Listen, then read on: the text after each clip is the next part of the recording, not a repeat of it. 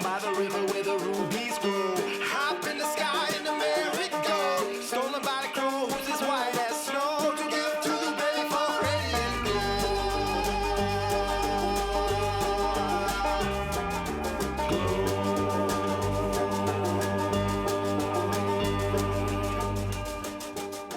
Not one day later when the baby could speak, he tore apart his nest with a quick technique. Struck by the strength of his own sharp beak, bound to the sound of his mother's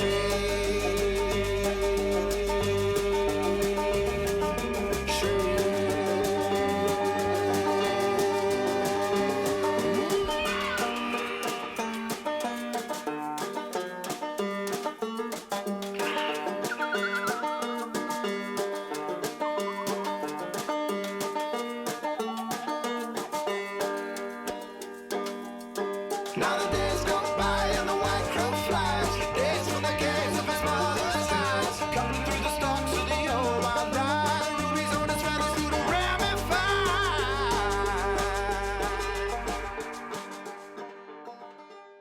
Howdy folks, Indestructicon here with another Wonderlands build video.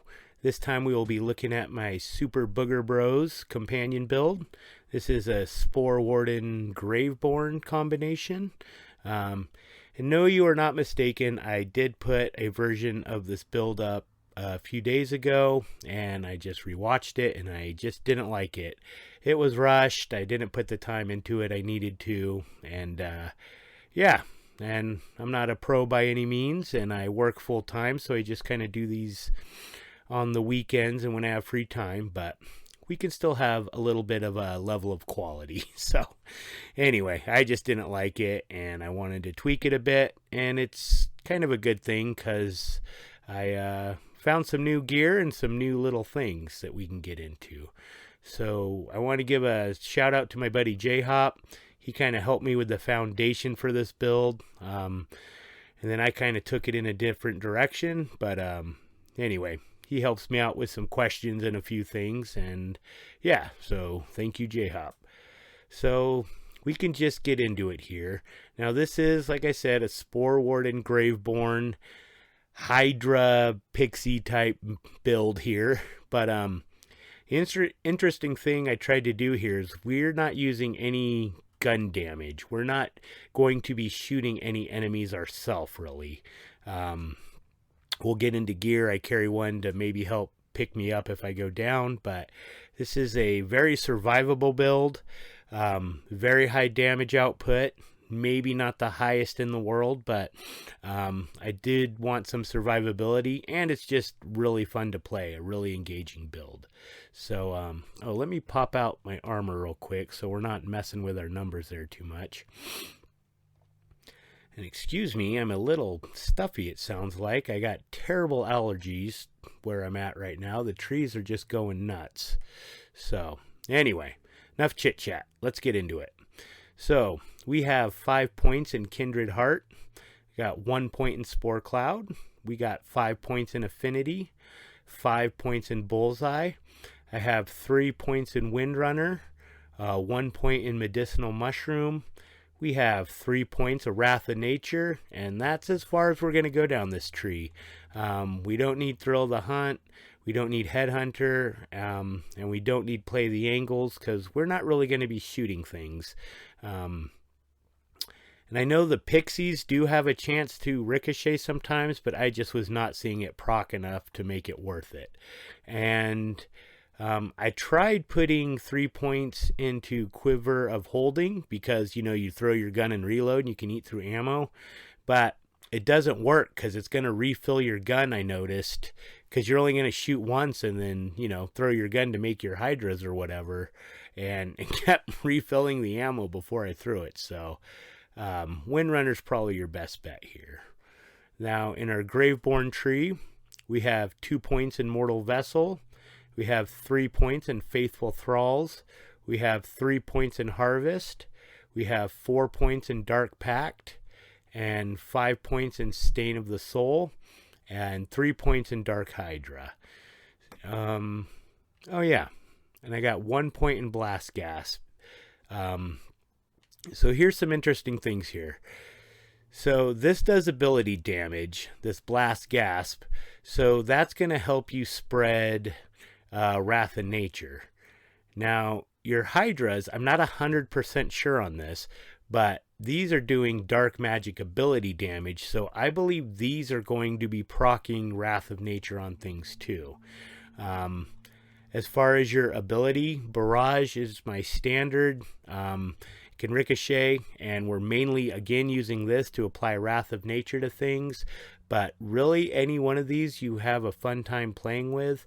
I started playing with Dire Sacrifice a little bit, and it seems fun. It's got some potential, but for the demo and most of my runs, I've just been using Barrage. So now I'm going to come back to Stain of the Soul, but we need to go into our gear here first and explain a few things. So this is a Hydra build, or a companion build. I finally did find a 3-headed Hydra. These are really good. But as you see in the demo video, I was actually using the Pixies and really liking them a lot. I'm in a heated debate with my friend right now on which one's stronger. I think the Hydras may actually do more raw damage, but these shoot a lot of projectiles. You can throw out quite a few of them. I think I was getting a few more crits with these, so I just carry both. You can play around and see which one you like better. As with all my builds, you know, they're not set in stone, and I hope you guys experiment with them and let me know in the comments if you find anything cool. Now, the main thing with these you want to roll on them, though, is this enchantment. After reloading, gain 50% companion critical hit chance, and companions regenerate 8% of their maximum health per second for 5 seconds. Now, that's a really important one, because you're going to be throwing these to spawn your Hydras or Pixies, and every time you do that, it's going to cause all of your companions to start regenerating health. So this is definitely going to keep your Mushroom and your Demi out. I mean, they'll be very survivable. So I found that to be the best thing to roll on them. I am carrying an Auto Magic EXE just for emergencies, and if you do happen to go down, but this is a very survivable build, and I rarely go down. On this, I have the this enchanted Spore Warden, which is just awesome. For 10 seconds after activating Barrage, gun and ability damage have a 25% chance to cause an explosion, dealing 30% of the damage dealt as poison damage. Now, if you're hurting from the nerf on the liquid cooling, these Auto Magic EXEs are a pretty good replacement. This is actually a very powerful pistol if you are with a, using a gun damage build. For our sword here, I am using a pickaxe. Now, the pickaxe, if you don't know, does a really cool thing where you can melee attack guys and have it spawn gold. But whenever you pick up gold, just even in the level, your movement speed, spell cooldown rate, and action skill cooldown rate is increased. So, I'm not really hitting anything with a sword, so this is a good kind of passive ability that just will increase a whole bunch of stuff for you. Now, the big important part of this build is to find yourself one of these guys, this armor here. What this is doing is all companion damage is converted into poison damage. Enemies damaged by your companions take 20% increased poison damage. So hence the Booger Bros, you're going to be shooting everything with green snot, and they're going to be weaker to poison, and it's just been working really good for me. Now, but since all of your damage is being converted to poison, you're not going to be getting so much of the dark magic bonuses. But that's where Stain of the Soul comes in. So the Fate Maker spells, this is going to be your Throne Hydras mainly, are going to deal bonus dark magic damage on top of it. So you're still going to get all your poison damage, and then you're going to get this extra stack of dark magic on top of that. It seemed to be working pretty good.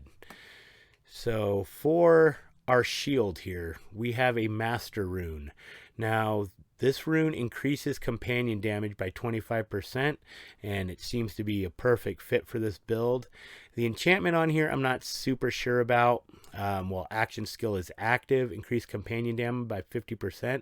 I'm still not 100% sure what constitutes action skill. I assume it's your abilities at the top, but since we're using barrage, I don't know if I'm really getting much bonus for this.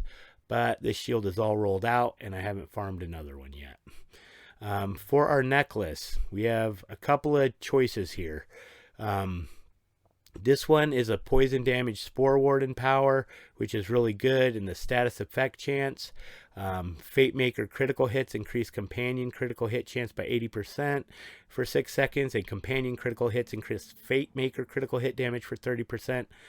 I'm not doing a lot of crits because I'm not actually shooting any enemies myself. Now, I don't know if the pixies getting crits will count as me dealing crits, so I don't know how good this one is, but I like the poison damage and the Spore Warden power. But another one I'm playing with, and I haven't figured out which one I like a little better yet, is this one has the enchant: when Fate Maker or a companion kills an enemy, companion damage is increased by 20% for 15 seconds. This effect stacks up to 5 times. So I keep going back and forth on them. This seems to be a better fit, but I don't like the top numbers on it as much. So feel free to experiment. And if you guys, like I say, find something cool out, let me know. As far as the rest, for our spell, we have a 3 Hydra. 3-headed Hydra, just a purple spell. You'll want to be dropping this as much as possible. I don't have a good enchant on this. I still have a little bit of rolling and stuff to do on these. Now, what you really do want to look for on your rings and some of your other gears you can is companion critical hit damage, and this has companion critical hit chance. I think that's the big one. So you want to look for rings with companion damage, obviously, maybe some numbers in poison or dark magic, spell critical hit chance. This is a pretty good ring. It's got the companion damage up top. This one's okay, but it's got the companion critical hit stuff, and these have been working out pretty good. So I think that's about it. I don't know if I have anything else to talk about this build. I might be forgetting something, but I think that's about it. It's been a super fun build. I'm really enjoying playing it, and I hope you guys like it. And I think that's all I got. I will see you on the next one. Cheers. Bye.